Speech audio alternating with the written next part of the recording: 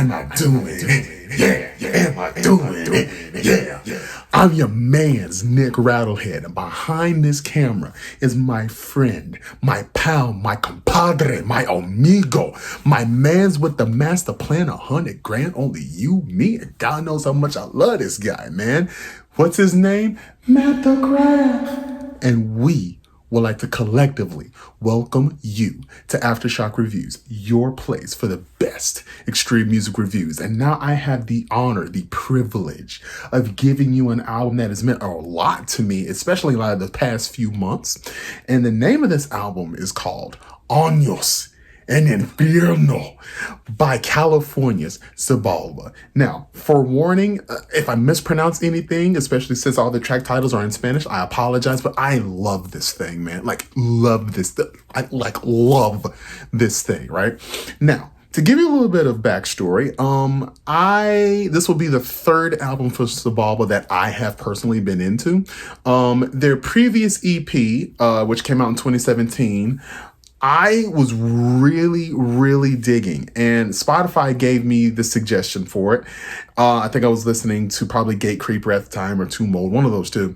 And it was so punishing. Oh my heaven, was it so punishing. So getting that EP in 2017, I have been drooling, foaming at the mouth for new music. And now I have it. Now, here it is. And I give you... If I haven't said it already like 40 times, I'll say it again for 41. This is such an amazing album.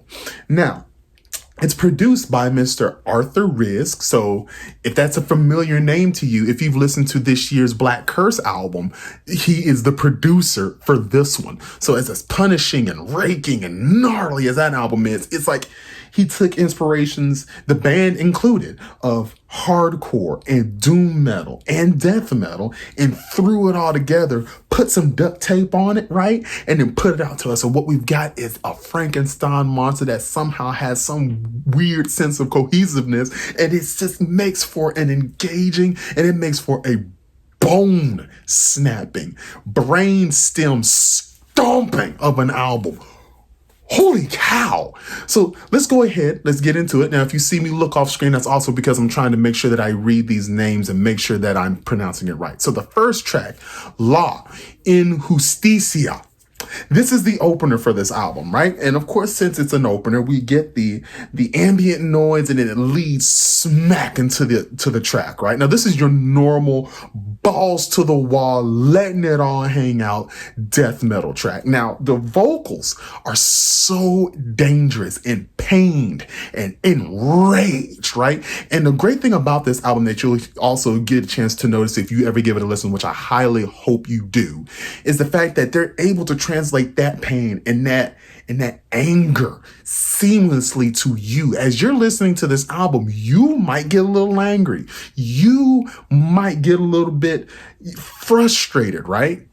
And when it comes to the vocalist who did a lot of the writing when it comes to this album, at least so far as lyrically is concerned, he feels like he has wronged a lot of people. He feels like he's done a lot of people wrong. And I think a lot of these lyrics reflect that. And I'll get more into that later, especially when it comes to the track.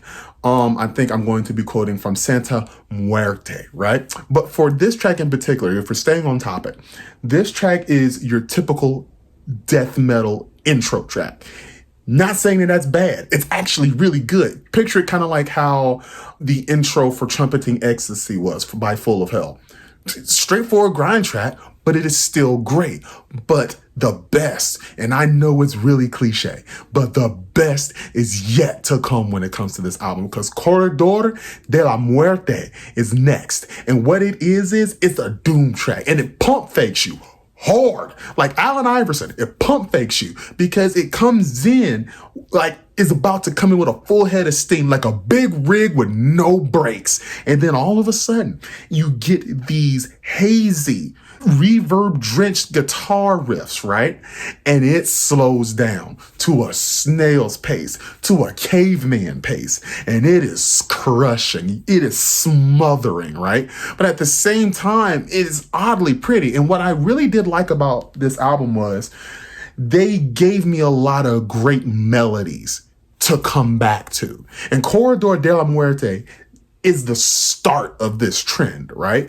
Because it is slow, but the melody is so strong that you'll find yourself humming it long after the album has concluded. And it is so engaging and so well done, because a lot of times when it comes to death metal albums, they can be very one note. Although the note is really great, it is still one note. This album, no. We've got a lot of transitions between fast to slow. We have a lot of transitions between tone is concerned, so it can be very dangerous, but then it can be very somber at the same time. Let's keep going. Let's just keep going, because now we go to Santa Muerte, right? Santa Muerte is, first off, gets its name from, it's supposed to be like a religious figure. It's like a religious deity in Mexican culture, right? And I believe she's supposed to represent death, but also at the same time healing and things of that nature, right? So this album derives its name from this deity, right? This deity of death. And what it does is it comes in with percussion, rhythmic percussion. Since we're on the topic of the percussion, this album, it has great riffs. I've said this before. It has great melodies. I said that before. The vocals are very pained, but the star of this show, ladies and gentlemen, let me also make sure I adjust my glasses so you can see my eyes. The star of this show is the percussion, because heavens to Megatroid, it threatens to crush and scatter your bones into the wind. I kid you not. You feel every stab, every kick of the kick drum. You feel the rim shots. You feel those toms. Lord have mercy, those toms. Oh my gosh, especially the floor tom. Yo, right? And you feel it in your stomach. You feel it whether you're listening to Bluetooth speakers, whether you're listening to a wonderful setup at your house complete with clips, speakers, and things like that, or whether you're using your normal headset. This thing threatens to steamroll you in a fit of rage. And it's wonderful. Oh my gosh. So we get these rhythmic drums that intro us into Santa Muerte, right? And then we go in, I kid you not, with like I said before, like a big rig with no brakes. And then all of a sudden, this is where the hardcore element comes in. Because like I said before, this album has a bit of doom, whether it comes to the previous track, or now we're getting our hardcore breakdowns, which this album has plenty of. And I kid you not, it's a start-stop type of thing. It goes like do, do, do, do, do, do. Do, do, do, do, do, do, do. It's gross. I literally want to smash my head against this dresser right now, because it is that engaging and it is that blood pumping. I kid you not. And the thing about this is, I've been feeling, as a black man, very angry, very, very emotional. And what this album has been able to do for me personally, right, is allow me to funnel that rage and funnel that fear through these riffs. With every kick of the kick drum, I can literally feel like punching the wall. But what it does is, as I'm letting this be a catharsis for me personally, it's like it lets things melt away. It's like how if you cry, like if you're feeling really emotional, like very down, very sad about something, and you cry it out, right? To what's left at this point is now resolution. Like, what do I do about the fact, like about what's making me cry? What am I doing about the fact that what's making me angry, right?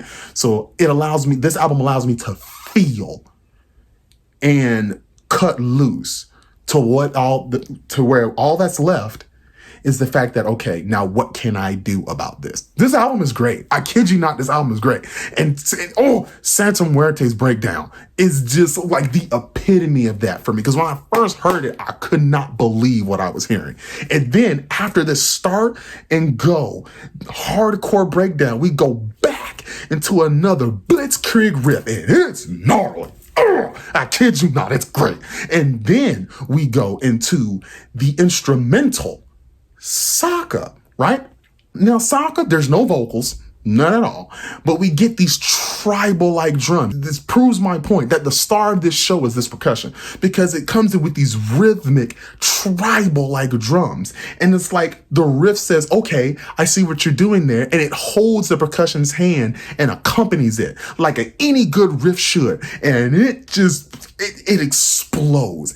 And I kid you not, whether it's going into its next phase of the track where it starts to pick up the pace a little bit and we starting to get the double bass right while the hi-hat and the snare hold down the pocket. It's great. Any classic good death metal does this, where it's like do do do do do do do do, like this is the kick drum, do do do do do do do, but then you have that hi-hat and that snare just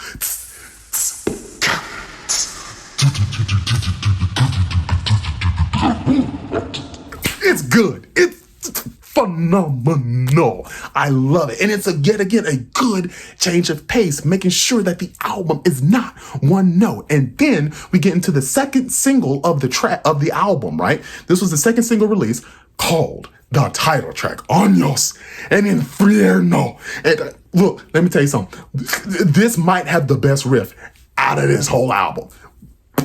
Matter of fact, not even that. It's not close. It's the best riff off of this whole album, right? And then near the end, it starts to slow down yet again, therefore building the tension, making it seem more ominous and dangerous and all-encompassing. And then at the end, we get the vocalist as he screams with almost this demon-like background, just helping him out. Años and Infierno. It's good. Let me tell you, it's good. And I don't know what he's saying after that, because he says Años and Infierno, and he says something else in Spanish. And then he says it again. Años and Infierno. I was like, yes. And if you're not understanding what Años and Infierno means, it means years in hell. It's great. Oh my gosh. And then we go into the second. Well, it's not the second single. It's the first single from this album, but it's just the song that just picks up where Años and Infierno left off. And let me make sure that I'm saying this correctly now. Like I said before, I might actually have to look off screen to make sure that I'm saying this correctly. And it is called En la Oscuridad. Now, what that translates to, let me make sure I am saying that again. It says, in the dark, yet and still, all of the sauce that we've been getting from these past few tracks, right, culminates here. And I kid you not, it's marvelous. It's magnificent. And it has, yet again, we have our golden, our hardcore breakdown near the middle and end of the song. And it's wonderful. This album is great. This album is, for me, if you can't tell by my excitement, it is cathartic. It allows me to put everything that I'm feeling on the table. And then we have El Abismo, part 1 and part 2. Getting still, making sure things aren't one note. And now we get more of the doom metal aspects thrown back in here with that highly melodic riff that serves as the backbone for both part 1 and part 2. And I really appreciate the fact that this band is really trying to get outside of its comfort zone and is trying to try new things and experiment with new things and push themselves forward as a band musically instead of staying stagnant. If you have not listened to Años and Infierno by Xibalba this year, you are really doing yourself a disservice. This album came out on Southern Lord Records. Please go to Southern Lord, buy the vinyl, buy the CD. But either one of them is fine. Just remember, streaming songs isn't enough. It's cool to stream, fine, but make sure the freaking CD is only $10. If you don't buy anything else, just buy the CD. Just do that, because I'm kidding you not, what they give to you in return for your $10, you can't. I dare to say you can't even put a price on it. They just had to do so they can make a little bit of money back to make sure they can pay for their freaking costs. This is a great album. This is great. God dang it, it's a great album. The name of the album again, Años and Infierno by California's Xibalba. This excited guy right here, and your man's Nic Rattlehead, and out in California, They keep it rocking. It's my mans with the master plan, 100 grand. Y'all know I love him, man. Tell him one more time, what's your name? Matt the Graff. Matt the Graff. We love y'all, man. Stay safe out there, man. Wear a mask. And remember to wash your hands and support your bands. Peace.